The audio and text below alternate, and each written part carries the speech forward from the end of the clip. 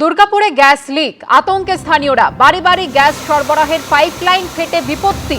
City সেন্টারের অম্বুজা এলাকায় gas leak ঘিরে আতঙ্ক। ঘটনাস্থলে দমকলের আধিকারিকরা।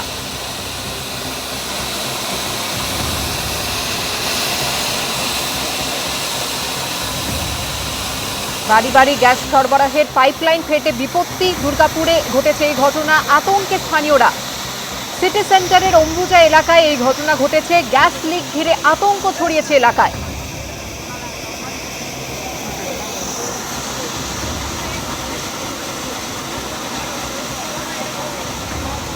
ডোজার গাড়ি এসেছিল, জলের লাইন কাজ করছিল।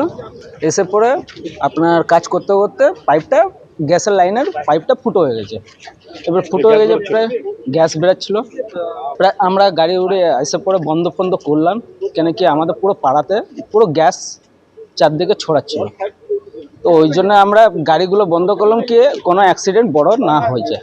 পুরো আতঙ্কি হয়ে গিয়েছিল, আমরা নিজে এখনো বুকটা ধক ধক ধক ধক ধক করছে। আমরা নিজে আতঙ্কি হয়ে গিয়েছিল। এইখানে কোনো মাচিস ফাচিস মারা গেলে তো কমসে কম আমাদের পুরো বস্তিটা, এটা যতদূর লাইন গিয়েছে সব ফুটে যেত। ঘটনাস্থলে পৌঁছেছেন দমকলের আধিকারিকরা। যেভাবে দেখতে পাচ্ছেন, বাড়ি বাড়ি যেভাবে গ্যাস সরবরাহ করা হয় তার যে পাইপলাইন, তা ফেটে গিয়ে এই বিপত্তি। স্থানীয়দের মধ্যে আতঙ্ক ছড়িয়েছে।